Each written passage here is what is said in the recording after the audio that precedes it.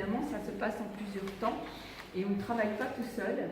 Alors, le financement, quand même, c'est important de le dire, c'est le département qui finance à 78% toutes les aides. Je m'explique.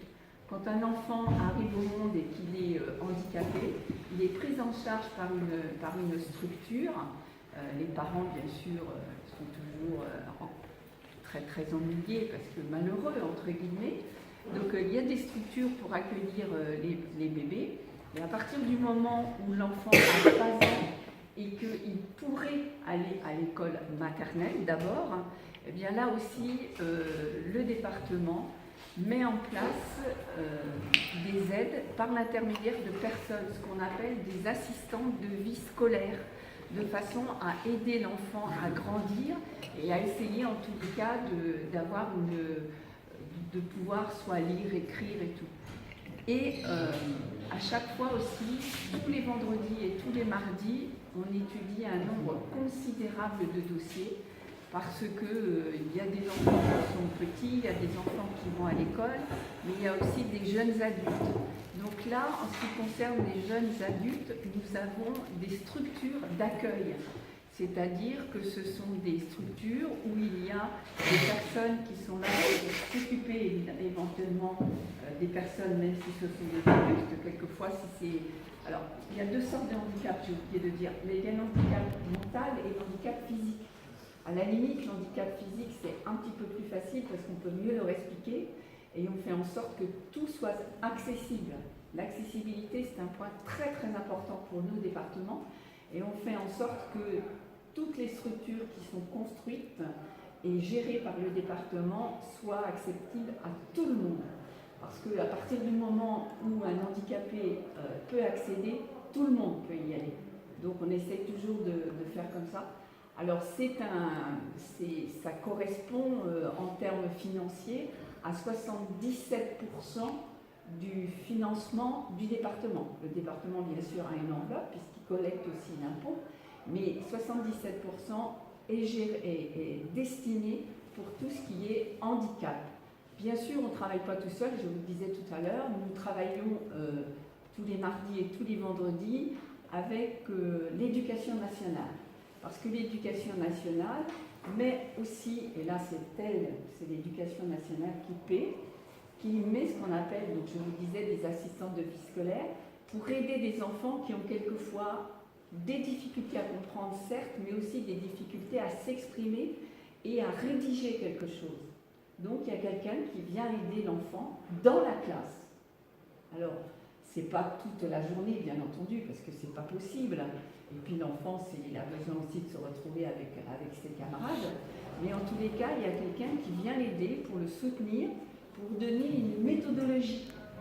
Parce que bien souvent, ce qui manque à ces enfants-là, c'est de savoir comment on fait pour aller d'un point A à un point B. Et donc, il y a toute une méthode qui est mise en place.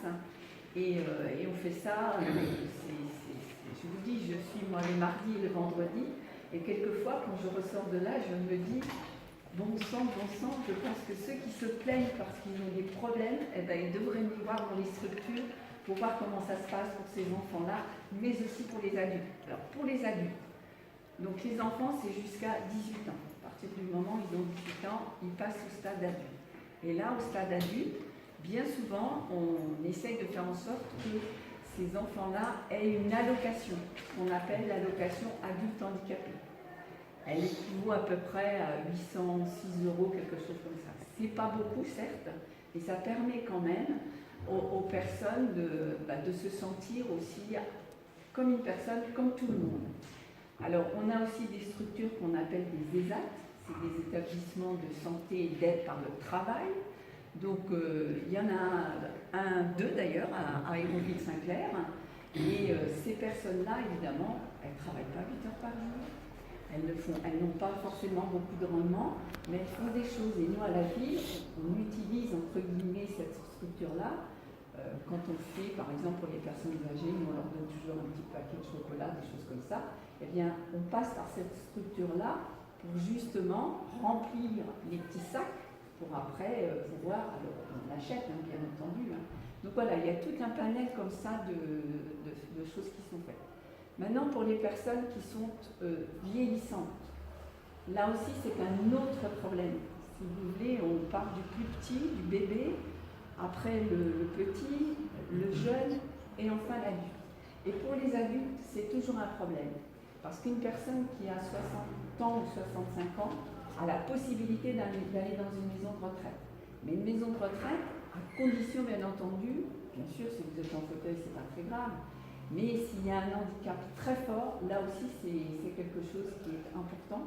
Et le département aussi met en place des structures pour ces personnes vieillissantes. Voilà, c'est tout un panel, c'est assez lourd.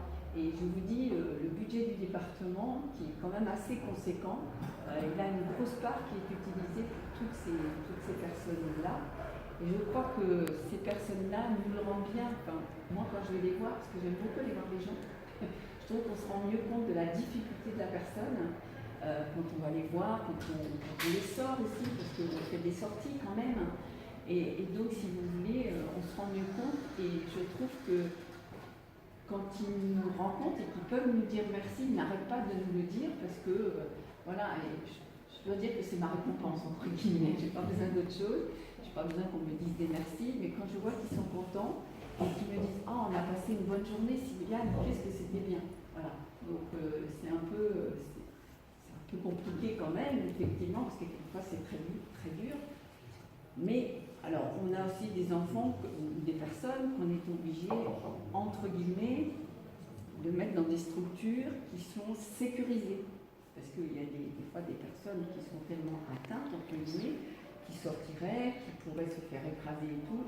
Donc là aussi, il y a d'autres structures. Donc on a plein de structures. On a des maisons d'accueil spécialisées, on va à les ESAT, donc les établissements de travail, mais on a aussi des maisons où effectivement, là, il y a un gardien qui surveille, qui regarde. Alors ils sont dans la cour, ils sortent, ils font des choses. On peut même les accompagner pour aller au spectacle aussi, hein. Moi je le fais, mais c'est beaucoup de responsabilités.